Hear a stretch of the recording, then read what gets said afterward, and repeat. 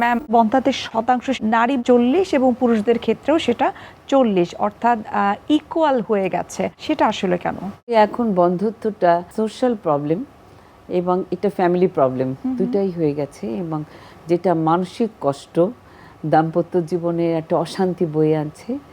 তো এখানে আমরা যদি জানি যে বন্ধ্যত্ব একসঙ্গে আসলে স্বামী স্ত্রী একসঙ্গে থাকার পরে 1 বছর যদি তার বয়স অবশ্যই 30-এর নিচে হয়, যদি প্রেগনেন্সি না আসে, তখন আমরা সেটাকে একটা বন্ধ্যত্বের সমস্যা, it is not a disease, এটা আমরা একটা প্রবলেম বলবো, যে প্রবলেমের সলিউশন আছে, এটাকে আমরা রোগ বলবো না। যখনই একটা 1 বছর কাপলের যদি প্রেগনেন্সি না আসে, তখন সবাই সামাজিকভাবে আঙ্গুলটা তুলে স্ত্রীর দিকে। এই জিনিসটা বুঝতে চায় না যে এখানে প্রবলেম শুধু মানে স্ত্রীর না, এখানে যেমন 30-40% স্ত্রী রেসপন্সিবল, তেমন 30-40% কিন্তু হাজব্যান্ডও রেসপন্সিবল। আবার 10% দুজনেই। যেমন আমরা অনেক ডিজিজে দেখি যে ওয়াইফের ওভুলেশন হচ্ছে না, আবার হাজব্যান্ডের স্পার্ম কমে গেছে। আবার অনেক ক্ষেত্রে দেখতে পারি সেটা এরকম 10-15% দুইজনের ডিফেক্টিভ প্রবলেম আছে। আবার অনেক সময় দেখি যে আসলে দুইজনের কারো কোনো প্রবলেম নাই, কিন্তু হয়তো মাইক্রো লেভেলে প্রবলেম আছে যেটা আমরা ডিটেক্ট করতে পারছি না, বা সেই ডিটেকশনের ফ্যাসিলিটিস হয়তো এখনও আধুনিকরণ হয়নি। এরকম কজ খুঁজে না পাওয়া ইনফার্টিলিটি কাপল আছে, এরকম 8-10%, সেটাকে আমরা আনএক্সপ্লেইনড ইনফার্টিলিটি বলি। তো আমরা যেমন বলি যে 20 থেকে 30 is a good fertile time. এই সময় ফার্স্ট ইয়ারেই কিন্তু 60-70% কাপলই প্রেগনেন্ট হয়ে যায়। আচ্ছা।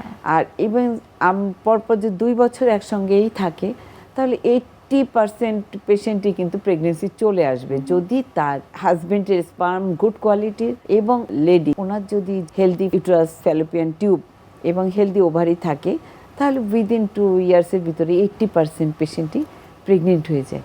বাট প্রবলেম হচ্ছে 10-20% পেশেন্ট। এটা seek for the medical advice দরকার চিকিৎসার জন্য। ম্যাম, কত মাস বা কত বছর পরে সেটাকে বলা যেতে পারে যে না, সেটা আসলে বন্ধ্যাত্বজনিত সমস্যা? এটাই হচ্ছে আমার এজের উপর ডিপেন্ড করে। এখন আমি যদি 20-30 ইয়ার্সের মেয়ের, বিশেষ করে ফিমেলের এজটা, এখানে ফিমেল এজটা সব থেকে ইম্পর্টেন্ট মেলের থেকে, তো আমি যদি 20-30-র মধ্যে পাই, আমি বলবো 1 ইয়ার।